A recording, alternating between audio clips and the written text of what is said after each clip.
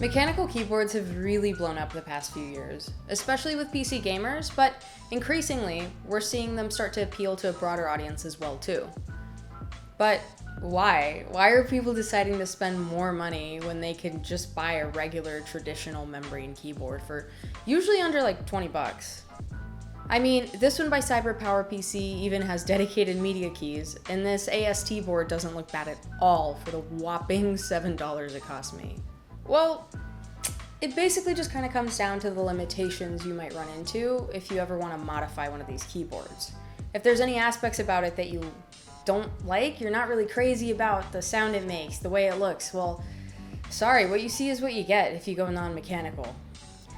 Non-mechanical boards like membrane or scissor switch boards, these will absolutely get the job done.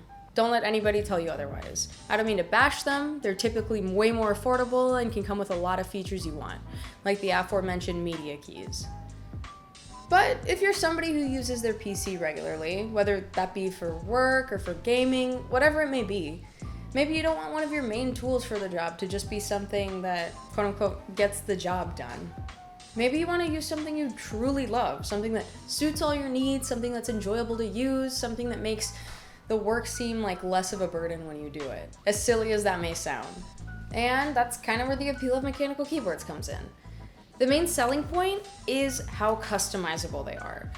This is mainly in two areas: how they look and how they feel to use. So let's consider what factors influence what keyboard is best for you. How loud do you want the key presses to sound? What colors would go best with your setup? Let's say you find a keyboard that fits your budget. It's the right size for your desk, it's got features that you think are important to you, such as RGB lighting or a detachable cable, let's say. But, oh no, the keycaps are in an ugly gamer font, or maybe it's just not the right color, it's just not it for the desk that you're trying to put it on. No problem, just pop them right off and replace them with ones that don't feel like an assault on your eyes. Okay, so maybe now it looks how you want, but let's say you're not entirely happy with the sounds that the keys make or how they feel when you push down on them. You can just swap out the mechanical switch underneath each key. It's as simple as that. So you might be wondering now, what are mechanical switches? Why would swapping one of those out really affect the way that your keyboard sounds or feels? Very, very briefly, mechanical switches are where mechanical keyboards get their name from. Each keycap has one of these mechanical switches underneath it, and when you push down on it far enough to trigger it, it basically sends that information to your computer, that that's the key that you're trying to press. These days, there's a really, really wide variety of switch types to choose from, and although specifics vary by manufacturer, you can usually differentiate them by the color that they come in. So what might make somebody want to choose one type of switch over another? In the interest of not boring you to tears, I'll be as brief as possible and cut out the technical jargon. So, check out this neat diagram.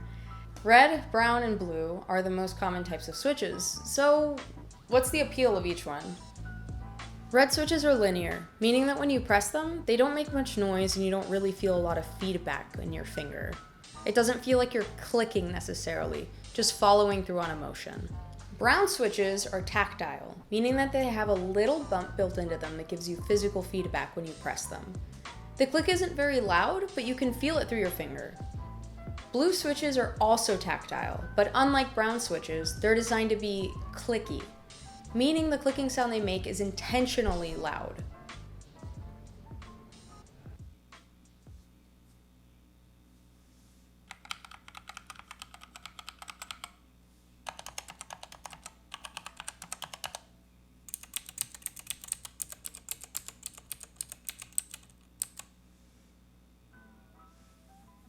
And like I mentioned earlier, these are only the three most common types. There's a million other switches to choose from, each with their own slight variations. Whatever your preference is, you'll find something to suit it. You just have to look into them and you'll find something that you really, truly love. And that's truly what mechanical keyboards are about, your preferences. They're a hobby, just like any other collection-based hobby. No one needs more action figures, no one needs more Legos. These days, nobody really needs more CDs or DVDs. But It's just something that people enjoy. And that's what it's about, your enjoyment. As long as you're having a good time and not putting yourself in debt over plastic. There's a lot more to go into in regards to mechanical keyboards. You can start getting really crazy with buying extra stabilizers. There's different types of casings you can buy for them.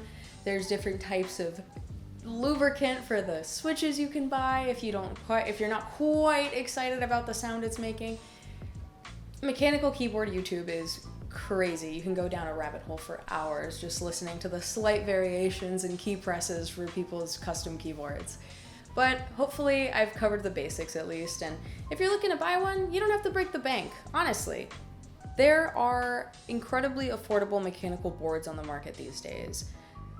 The point is, you can spend as much or as little as you want. It's just for fun. It's fun. That's my thesis statement. It's fun.